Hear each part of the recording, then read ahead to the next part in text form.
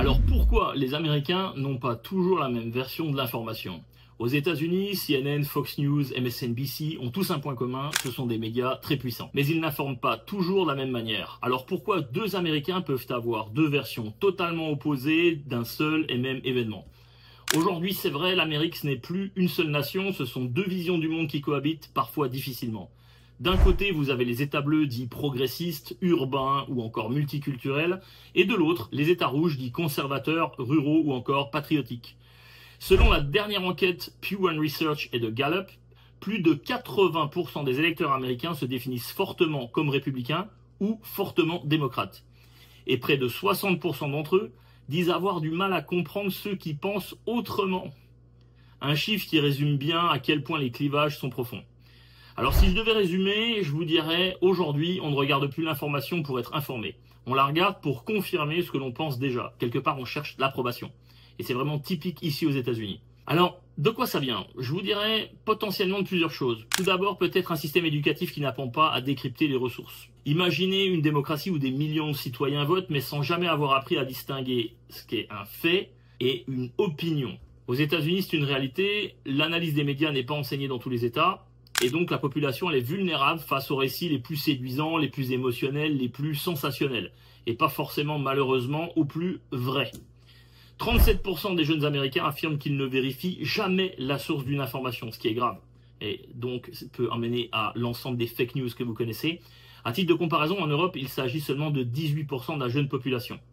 Aujourd'hui, on a moins de 20 États sur les 50 qui exigent des cours d'éducation aux médias. Alors avant d'aller plus loin, si vous voulez voir d'autres vidéos sur la société américaine, comprendre son fonctionnement et son actualité et sa culture, eh bien abonnez-vous et bien sûr n'hésitez pas à liker et à partager cette vidéo. Ensuite, ça peut venir encore de quoi d'autre? Eh bien les médias sont ouvertement partisans. Ici l'objectivité c'est pas du tout la norme. Fox News par exemple assume son positionnement conservateur et donc quotidiennement, sauf cas exceptionnel, va encenser Donald Trump.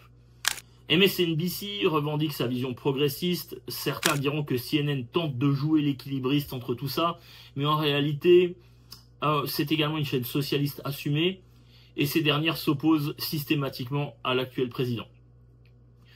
Tout cela peut aller plus loin. Les commentateurs vedettes peuvent parfois s'en prendre violemment à l'administration qui est au pouvoir. Les présidents ici sont même moqués.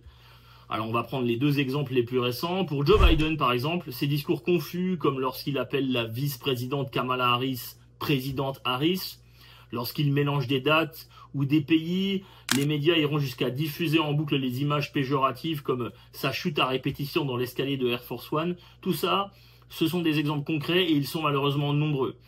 En ce qui concerne Donald Trump, on peut évoquer par exemple un tweet inachevé sur X, l'ancien Twitter, despite the constant negative press of Fifi. Bref, le dernier mot était inexistant, il était clairement une faute de frappe et c'est devenu viral. Les internautes se sont amusés et ont tenté de traduire ou compléter ce message mystérieux. On a aussi l'épisode de l'ouragan Dorian où on a montré une carte météo modifiée au marqueur, c'est les fameux Sharpies américains, pour définir la trajectoire de l'ouragan. Cet incident a été nommé le Sharpie Gate, du nom du fameux stylo.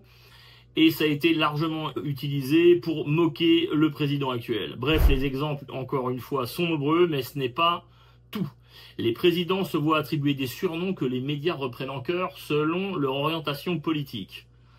Alors, on va commencer par Donald Trump pour donner des exemples. Orange Man, donc l'homme orange, ou Orange Cheeto. Le Cheeto, ce sont des petits apéritifs croustillants que l'on mange ici, qui ont une couleur, on va dire, orangée, presque fluorescente, en référence à son teint bronzé, orangé, souvent caricaturé.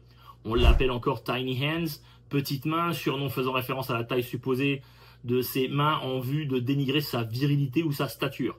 The Liar in Chief, donc le menteur en chef, qui souligne potentiellement des déclarations jugées fausses ou trompeuses. The Racist in Chief, c'est bien plus grave parce que là, c'est le raciste en chef, donc à des propos politiques qu'il aurait pu tenir jugés borderline ou racistes. Et pour Joe Biden, il n'est pas en reste, il est bien sûr très connu maintenant comme Sleepy Joe, insinuant que Biden est lent, fatigué et peu énergique, mais on l'appelle encore Gaffe Machine, en référence à ses nombreuses bourdes politiques ou à des déclarations maladroites. Creepy, pour certains opposants, en référence à des vidéos qui semblent un petit peu limite lorsqu'il est tactile et un peu trop proche physiquement de certaines personnes. Vous l'avez compris, c'est violent, 82% des téléspectateurs de Fox News sont républicains et 87% de ceux de MSNBC sont des démocrates. Dans tout ça, seulement 29% des Américains font confiance aux grands médias. En France d'ailleurs, les médias prétendent à une certaine neutralité, au moins en apparence, mais ici, ils ne font même pas semblant. Les présentateurs vedettes vous disent carrément quoi penser d'une actualité. Et ça, c'est une chose qui m'a vraiment choqué quand je suis arrivé aux États-Unis. Et dès que vous commencez à suivre l'information, vous comprenez vraiment que vous êtes entré dans un autre monde. Le présentateur va donner son opinion et il va essayer de vous convaincre. Et son opinion est la seule, on va dire, qui est valable. Enfin, je dirais que les médias ne sont pas les seuls responsables. L'algorithme des médias sociaux est aussi un problème. Les réseaux sociaux jouent un rôle énorme.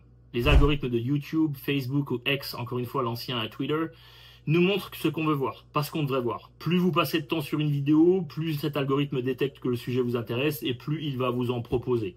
Alors bien sûr, ce phénomène est mondial, il n'est pas uniquement américain, mais aux États-Unis, chaque camp s'enferme dans une bulle idéologique où l'autre camp semble complètement irréel.